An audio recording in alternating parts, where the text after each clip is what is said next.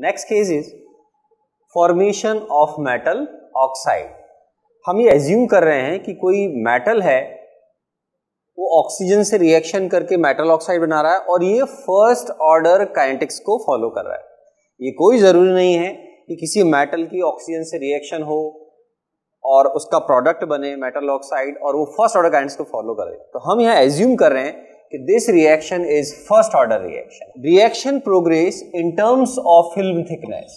हम रिएक्शन की प्रोग्रेस को फिल्म थिकनेस, जिसको हम टाउ से रिप्रेजेंट कर रहे हैं, उसकी टर्म्स में इंटरप्रेट करेंगे।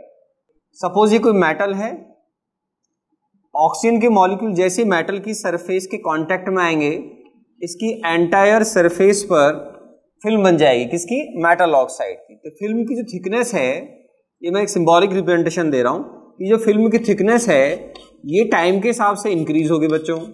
फाइन। तो ये जो फिल्म की थिकनेस इंक्रीज होगी तो एंटायर मेटल की सरफेस पर ये फिल्म थिकनेस टाइम के हिसाब से इंक्रीज होती जाएगी और जैसे जैसे फिल्म की थिकनेस बढ़ती जाएगी ऑक्सीजन के मॉलिक्यूल्स को फ्रेश मेटल की सरफेस तक जाने में प्रॉब्लम आएगी नहीं?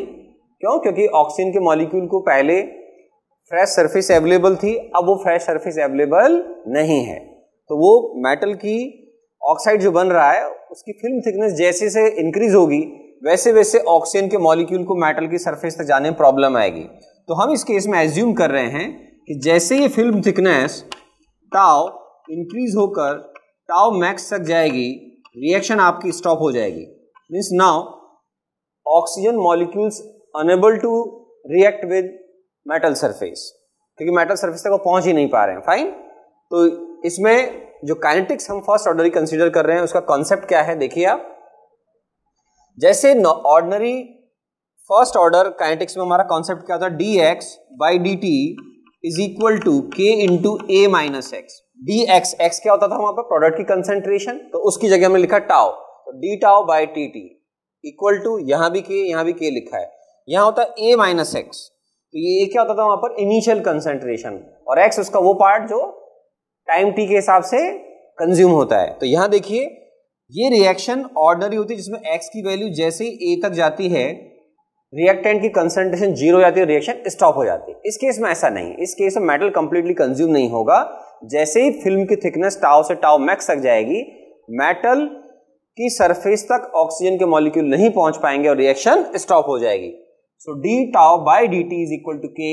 एक ही जगह यहां हमने क्या लिखा? Tau max. ये कोई ध्यान रखें कंसंट्रेशन नहीं है, ये तो फिल्म की थिकनेस है tau. So D tau by D T is equal to k tau max minus tau. तो टाउ की वैल्यू जैसे ही टाउ मैक्स तक जाएगी रिएक्शन क्या हो जाएगी? Stop. Reaction stops at tau is equal to tau max. इस कंडीशन को हम यूज भी करेंगे जब इसको इंटीग्रेट करेंगे। Fine. Where tau is film thickness after time t. जब हम इंटीग्रेट कर देंगे तो टाउ का मीनिंग ये निकलेगा। फाइन। तो इसको हम इंटीग्रेट करते हैं। So D tau upon tau max minus tau is equal to K into D T. Fine. इसको इंटीग्रेट करेंगे minus L N tau max minus tau is equal to K T plus C, where C is integration constant. Fine. इसी condition के हिसाब से इसकी value interpret कर लें। When T is equal to 0 tau was also 0। तो आराम से देखिए ये के इंटू टी क्या हो गया? 0। तो minus L N tau max, ये वैल्यू किसका हो जाएगा? सी का। इस सी की वैल्यू को आप यहां पर पुट कर दें। फाइन। और इसको रीअरेंज कर लें। तो क्या लिख सकते हैं? Minus L N tau max minus tau is equal to K T minus L N tau max. Fine. तो ये हमारा इक्वेशन आ जाएगा। आप चाहें तो नेगेटिव साइन को यहां हटाकर इसको दोबारा से रीअरेंज कर लें। ठीक है। तो मैं इसको भी रीअरेंज करके वापस लिखता हूं। Minus L N tau max minus tau is equal to K T minus L N tau max. ठीक है। इसको रीअरेंज कर लिया। So we can write L N tau max minus tau is equal to L N tau max minus K T. तो बहुत ही simple equation आएगा और हम यहाँ ग्राफ भी प्लॉट कर सकते हैं l N tau max minus tau और टी के बीच में। तो ये नेगेटिव स्लोप आएगा, उससे आपका के का वैल्यू आ जाएगा और इंटरसेप्ट का वैल्यू आएगा ln tau max। और इस इक्वेशन को जैसे हम फर्स्ट ऑर्डर काइनेटिक्स में करते आए हैं रीअरेंज करके ऐसे लिख लें k is equal to 1/t ln tau max upon tau max minus tau। तो इसमें आप क्या देखेंगे, जैसे हमने फर्स्ट ऑर्डर काइनेटिक्स के जनरल केसेस में देखा था, वहां था ln a upon a minus x। तो ऐसे यहां आ रहा tau max upon tau max minus tau, means tau की वैल्यू जैसे ही tau max तक पहुंचेगी रिएक्शन आपकी फिनिश हो जाएगी या स्टॉप हो जाएगी। तो ये एक हाइपोथेटिकल केस है जिसको हमने फर्स्ट ऑर्डर काइनेटिक्स के अकॉर्डिंग माना है और इसको इंटरप्रेट किया और सॉल्व किया है। Now we will discuss about kinetics of reversible reaction. देखिए IIT-JEE में जो प्रॉब्लम आते हैं उनके हिसाब से हम काइनेटिक्स में इरिवर्सिबल रिएक्शंस को डील करते हैं, राइट। लेकिन हम कुछ स्पेसिफिक केस कंसीडर करेंगे, या मैं आपको बता रहा हूं कि हम first order reaction oppose by first order reversible reaction की काइनेटिक्स को हम स्टडी करेंगे। बहुत छोटा सा पार्ट है बट नॉलेज के पॉइंट ऑफ व्यू से एक अच्छा पार्ट है। देखिए kinetics of reversible reactions. Number 1, अगर आपको कोई भी रिवर्सिबल रिएक्शन दे रखी है तो हम उसको जब भी सॉल्व करते हैं उसको एज्यूम करते हैं कि वो forward as well as backward दोनों ही डायरेक्शन में वो रिएक्शन एलिमेंट्री है। एलिमेंट्री का मतलब जितने उसके मॉलिक्यूल दिख रहे हैं उनके डायरेक्ट कोलिजन से प्रोडक्ट बनेगा, और प्रोडक्ट साइड में कोई सब्सटेंस है उसके उतने ही कोलिजन से क्या बनेगा, रिएक्टेंट। इजी एग्जांपल लीजिए, suppose A is converting into B, fine, reversible reaction है बच्चों। तो A कन्वर्टिंग इनटू B, ये फॉरवर्ड डायरेक्शन हो गया, ये बैकवर्ड डायरेक्शन हो गया। तो आपके पास दोनों तरफ एक एक मॉलिक्यूल दिख रहा है, जैसे कोई साइक्लिक कंपाउंड मान लीजिए नॉन साइक्लिक कंपाउंड में कन्वर्ट हो रहा है, तो इसको हम बोलेंगे first order reaction oppose by first order. दोनों डायरेक्शन से रिएक्शन फर्स्ट ऑर्डर है, मतलब आपको दोनों ही डायरेक्शन से काइनेटिक्स में जब प्रॉब्लम सॉल्व करेंगे एलिमेंट्री एज्यूम करना होता है। और देखिए A कन्वर्टिंग इनटू, सपोज ऐसा है 2B, तो अगर रिएक्शन ये है तो इसका मीनिंग होगा A का मॉलिक्यूल डिकम्पोज होकर दो मॉलिक्यूल B के बना रहा है और B के दो मॉलिक्यूल रेट करके A के एक मॉलिक्यूल को बना रहे हैं। तो इसको हम बोलेंगे first order reaction oppose by second order. Oppose by second order क्यों बोला, क्योंकि बैकवर्ड डायरेक्शन में दो मॉलिक्यूल B के मिलकर A का वन मॉलिक्यूल प्रोड्यूस कर रहे हैं, fine.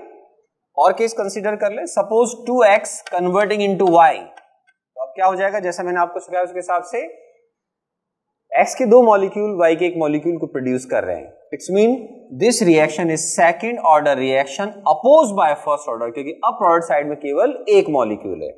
Suppose A plus B converting into C plus D, now this is called second order reaction oppose by second order. ऐसा क्यों, क्योंकि दोनों तरफ दो दो आपके मॉलिक्यूल्स आपको दिख रहे हैं A B C D, fine. तो ये एक आपको जस्ट आइडिया दिया मैंने रिवर्सिबल रिएक्शन से रिलेवेंट कि आप हमेशा रिएक्शन को forward as well as backward direction दोनों में एलिमेंट्री एज्यूम करते हैं।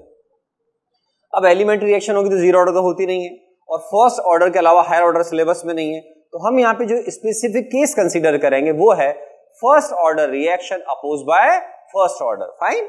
अब देखिए हमारा interesting case, A gas converting into B gas, fine.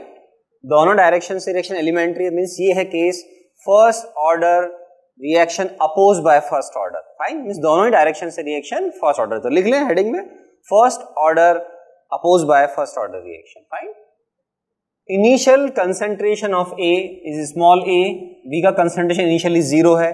Concentration at time t as usual A minus x हो गया, इसका x हो गया। कंसेंट्रेशन एट इक्विलिब्रियम, ये इंटरेस्टिंग है बिकॉज काइनेटिक्स में इससे पहले हम इरिवर्सिबल रिएक्शन को डील करते आए हैं। तो इक्विलिब्रियम पर एक कंसेंट्रेशन कांस्टेंट हो जाएगी, तो x को जब ये कांस्टेंट वैल्यू हो जाएगा तो हम xe एज्यूम कर रहे हैं, फाइन। तो A का कंसेंट्रेशन इक्विलिब्रियम पर हो जाएगा A minus xe, fine, means constant concentration.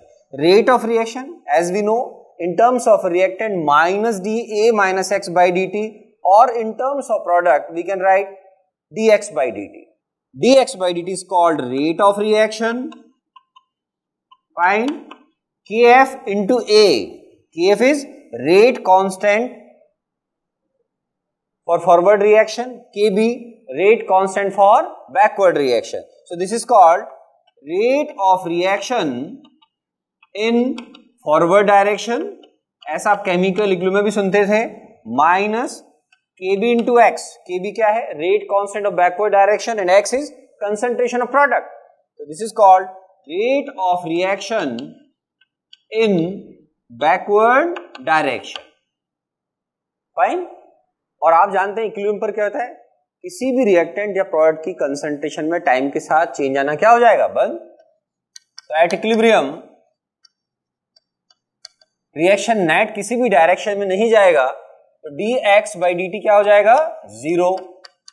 Means simple words में rate of reaction in forward direction, rate of reaction in, मैं शॉर्टकट में लिख रहा हूं, forward direction is equal to rate of reaction in backward और you can say reverse direction. Fine. तो dx by dt क्या हो जाएगा? 0. ओके, तो इसको हम ऐसे भी लिख सकते हैं kf a minus x e minus kb into x e. Fine. और यू कैन राइट, अगर आपको इस फॉर्मेट में लिखना है तो ये हो गया rate of reaction forward direction, ये है rate of reaction in backward direction. तो इसको हम क्या लिख सकते हैं? kf a minus x e is equal to kb into x e. Fine. और आपने 11th क्लास में equilibrium constant in terms of concentration जब लिखा था तो उसको बोलते थे Kc. फाइन. तो इस केस में यहां जो इक्विलिब्रियम कांस्टेंट आएगा जिसको आप Kc लिख सकते हैं वो हो जाएगा ratio of K forward upon K backward. So we can write equilibrium constant और Kc is equal to K forward upon K backward. Always remember, जब हम रेट कांस्टेंट लिखते हैं तो स्मॉल k होता है और equilibrium constant capital K. So Kc is equal to K forward upon K backward is equal to xe upon a minus xe. xe means concentration of B at equilibrium divide by concentration of A at equilibrium. Fine. So we can write xe upon A minus xe. तो ये एक simple concept है जिसको आपने chemical equilibrium में already देखा हुआ है और अब ये केमिकल काइनेटिक्स की टर्म्स में देख रहे हैं. फाइन. दोबारा देख लें आप. Rate of reaction is equal to, यहां है rate of reaction forward direction minus rate of reaction in backward direction. और जैसे इक्विलिब्रियम आएगा x की कंसंट्रेशन में टाइम के साथ चेंज आना बंद हो जाएगा, तो dx by dt क्या हो जाएगा? 0. So we can say rate of reaction in forward direction is equal to rate of reaction in backward direction. Fine. तो अब ये हमारे पास इक्विलिब्रियम कांस्टेंट का एक्सप्रेशन आ गया in terms of rate constant और in terms of concentration of product and reactant. अब हम ये जो इक्वेशन है इसको हम रीअरेंज कर लेंगे. फाइन. तो इसको रीअरेंज करने का फायदा क्या है? जब हम इसको इंटीग्रेट करेंगे इक्वेशन को तो आपको उसका एडवांटेज नजर आएगा. अभी मैं इस इक्वेशन को रीअरेंज कर रहा हूं. Fine. So we can write kf into a minus kf into x e is equal to kb into x e. और you can write kf into a is equal to k forward plus K backward into x e. Fine. और KF into A upon x e, ये तीनों अपने आप में constant values है. कौन? KF, A और एक्स ई. ये किसके इक्वल हो जाएंगी? K forward plus K backward. Fine. तो ये कंक्लूजन भी हमारे काम आएगा. तो अब देखिए, हम इस इक्वेशन को आप देख रहे हैं, अभी हम K फॉरवर्ड बैकवर्ड की वैल्यूज को रखकर इसको इंटरप्रेट करेंगे और इस रिलेशन को भी यूज करेंगे. KF into A upon x is equal to K forward plus K backward. अब देखिए, इसको मैं अभी रीअरेंज करके लिखूंगा आपके लिए. अब देखिए, इक्वेशन जो मैंने पहले लिखे थे उनको वापस यहाँ लिख दिया है. Kc is equal to K forward upon K backward is equal to xe upon A minus xe. Means concentration of B at equilibrium divide by concentration of A at equilibrium. और ये रिलेशन हमने equation rearrange करके पहले calculate किया था. kf into A upon x is equal to K forward plus K backward. Fine. अब देखिए, dx by dt rate of reaction is equal to rate of reaction forward direction kf into A minus x minus rate of reaction backward direction. kb की value को मैंने यहां से replace कर दिया है. So kb is equal to k forward into a minus x e divide by x E into x यहाँ लिख दिया। फाइन, आराम से आप एलसीएम ले लें। तो ये क्या लिखा मैंने, kf into a into x e minus kf into x e minus kf into a into x plus minus minus plus होगा kf into x E into x. तो आपका ये टर्म कैंसिल हो जाएगा और dx बाई dt को हम क्या लिख सकते हैं, कॉमन ले लीजिए, k forward into a x e minus x divide by x e. Fine, तो आपने जो पहले ये कॉन्स्टेंट्स को रीअरेंज किया था हम उसका एडवांटेज लेंगे। So kf into a upon x e की जो वैल्यू है k forward plus k backward, उसको आप यहां रख दें। So we can write dx by dt is equal to k forward plus k backward into x e minus x. तो अब हमें इस इक्वेशन को इंटीग्रेट करना है। फाइन, तो इसको हम रीअरेंज करके क्या लिख सकते हैं, देखिए अब आप इस इक्वेशन को हमने लिख लिया dx upon x e minus x is equal to k forward plus k backward into dt। अब आप इसको इंटीग्रेट कर देंगे तो हम इसको क्या लिख सकते हैं, minus ln x e minus x is equal to k forward plus k backward into t plus c, where c is integration constant. तो इसका वैल्यू कैसे निकल जाएगा, at time t is equal to 0 x was also 0, so at t is equal to 0 x was also 0। तो यहां से आप integration constant c का वैल्यू निकाल लेंगे। So minus ln x e is equal to 0 plus c। तो आप आराम से c का जो वैल्यू है माइनस ln एक्स ई, उसको इस इक्वेशन पुट कर दें। So we can write minus ln x e minus x is equal to k forward plus k backward t minus ln x e, और you can write minus sign यहां से replace कर लें।